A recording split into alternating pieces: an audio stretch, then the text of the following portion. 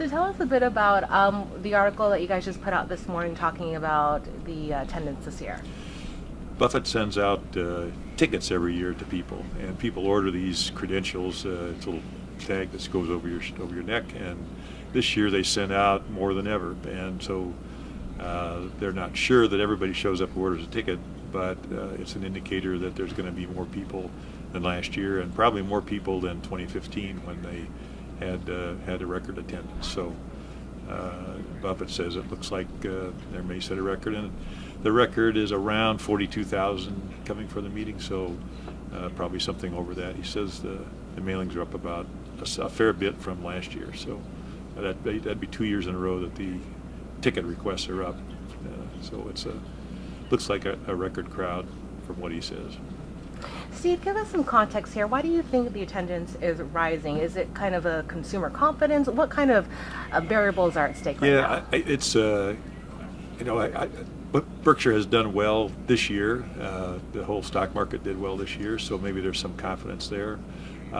People also, it's live streamed on finance, on Yahoo Finance, and so people see what goes on, and there's kind of like more people maybe aware of it, just kind of get the idea maybe I ought to be there instead of watching it on TV or on the computer. It's like, the Super Bowl always sells out and people watch it.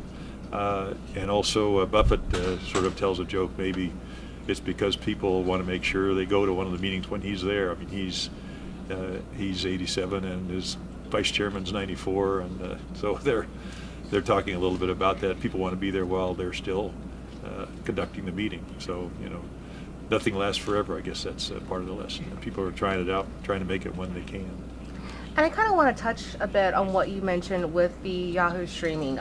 Is that kind of seen as an opportunity to launch for more exposure? Is it kind of a hindrance, kind of reduce? I mean, I know we're seeing a higher attendance this year, but how did the two, I guess, bounce off each other? Yeah, I mean, for years people wanted him to have it line streamed, and he was talking about, he wants some people to come to Omaha and experience firsthand. And he thought, but eventually he was thinking, I mean, there's a lot of shareholders who can't afford to come to Omaha, particularly if they're from other countries. He's got a lot of foreign shareholders, and they may not be able to make it to Omaha, and the expense of driving that far or flying that far.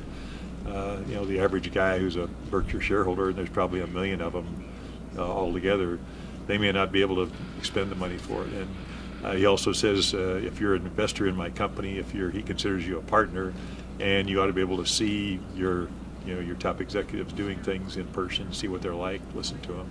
So that was a decision to go ahead and live stream it, and there were some fears that it might really hurt attendance.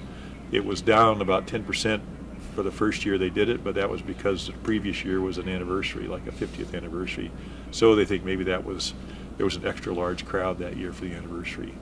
This year, it's gone up for the second year in a row, so it's probably just as good that it's attracting people as opposed to keeping them home. But I think a lot of professionals, people whose business is money managing, that sort of thing, they're more likely to watch it online and see if they can pick up some pearls of wisdom, and they're not so as interested in experiencing all the other stuff that goes along with being in Omaha for the meeting. I want to make sure I make my producers happy and touch on the points that they wanted me to ask before I segue into my story. Let's see. Can you kind of share some of the important things that we're expecting to come out of this weekend, maybe different than in previous years?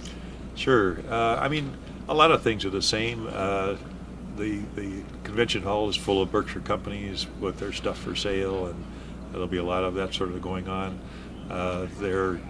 Every year Buffett has had a newspaper toss contest trying to throw papers onto the porch of a house that got built in there, but they're not doing the newspaper toss this year. They decided there was only a limited amount of time available, and too many people were disappointed they didn't get to take part in the newspaper toss. And they like to change things up, do things differently. This year, the main attraction is always about a 5-hour question and answer session that Charlie Munger and Warren Buffett do with their shareholders, and that's still the main thing.